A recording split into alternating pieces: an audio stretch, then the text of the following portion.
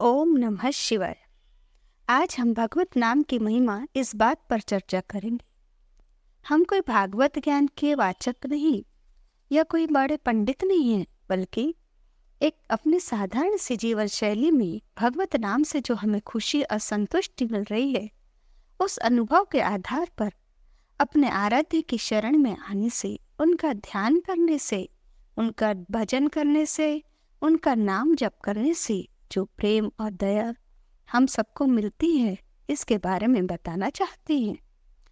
यह हमारी हार्दिक अभिलाषा है कि इस प्रेरणा ज्योति के द्वारा हम ये सफल प्रयास कर रहे हैं कि सभी के मन में भजन, ध्यान, मनन, शांति आदि आए, और इसके लिए हमें क्या करना चाहिए, ये सब बताने का सफल प्रयास कर रहे हैं।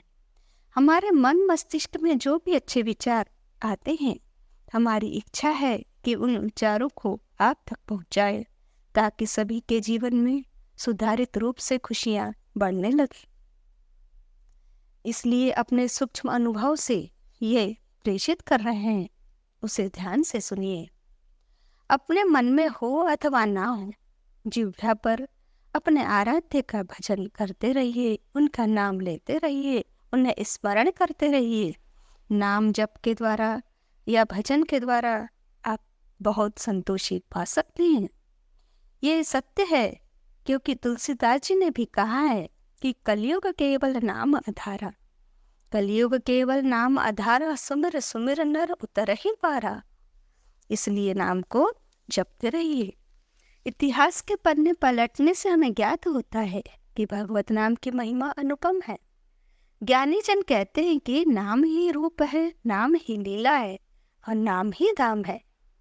नाम ही रूप है, नाम ही लीला है और नाम ही धाम है। अर्थात जैसे जैसे हम नाम जपने लगते हैं, हमारे आराध्य स्वयं हमारे पास अपना पूरा श्रृंगार करके अपने सुंदरता को लिए दौड़े चले आते हैं।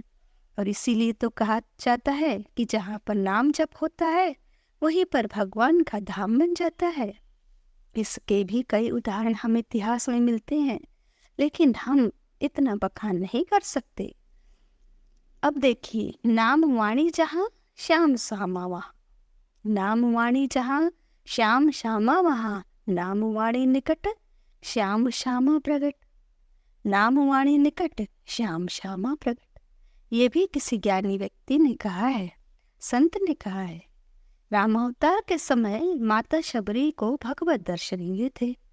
उनकी कुटिया में स्वयं भगवान आए थे और माता शबरी के द्वारा दिए गए बेर उन्होंने बड़े प्रेम से खाए थे। शबरी जी के लिए भी तो कहा जाता है, रामा रामा रटते रटते बीती रे उमरिया, रामा रामा रटते रटते बीती रे उमरिया। सारी उम्र बिता दी माता शबरी ने श्री राम के दर्शन के लिए। इसी प्रकार विदुर जी की साग खाई और सुदामा जी के कच्चे चावल खाए। ऐसे महान भक्तों के को श्री भगवान जी ने अपने दर्शनों का आनंद दिया। इसीलिए भगवत का साक्षात्कार करना है तो भगवत नाम का आश्रय लीजिए, उनकी शरण में जाइए।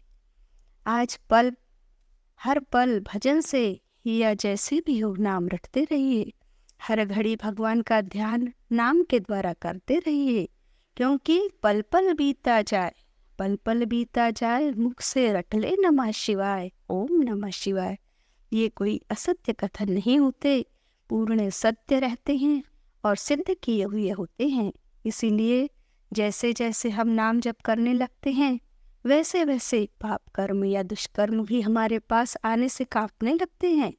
इसकी भी सिद्धता हमें एक उदाहरण के द्वारा मिलती है। श्री वाल्मीकि जी जो महान ऋषि बने, उनके जीवन चरित्र से इसका उदाहरण स्पष्ट होता है कि वे वाल्या डाकू से महान ऋषि बने। रामायण जैसे महान ग्रंथ को उन्होंने रचा।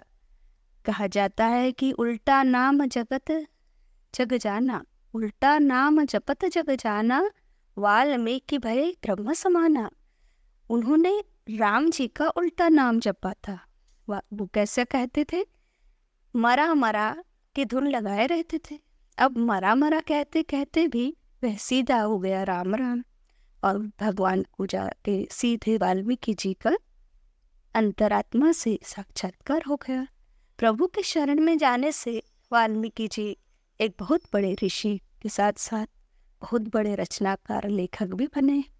इसलिए ऐसे अनेकों उदाहरण हमें देखने को मिलते हैं जो नाम के बल पर आश्चर्यजनक कीर्ति प्राप्त किए हैं। राम नाम की शिला समुद्र में पुल बना सकती है, तो क्या नाम के बल पर हम अपने जीवन को नहीं सुधार सकते?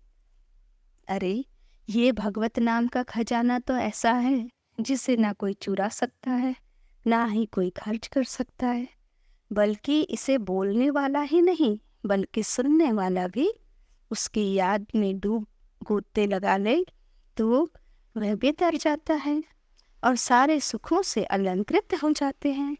इसीलिए हमारा नम्र निवेदन है कि समय के व्यवस्थापन से लेकर इस नाम जप की महिमा को अवश्य सुनिए। हो सकता है इसका अद्भुत चमत्कार आपके जीवन में भी हो जाए। ओम नमः शिवाय।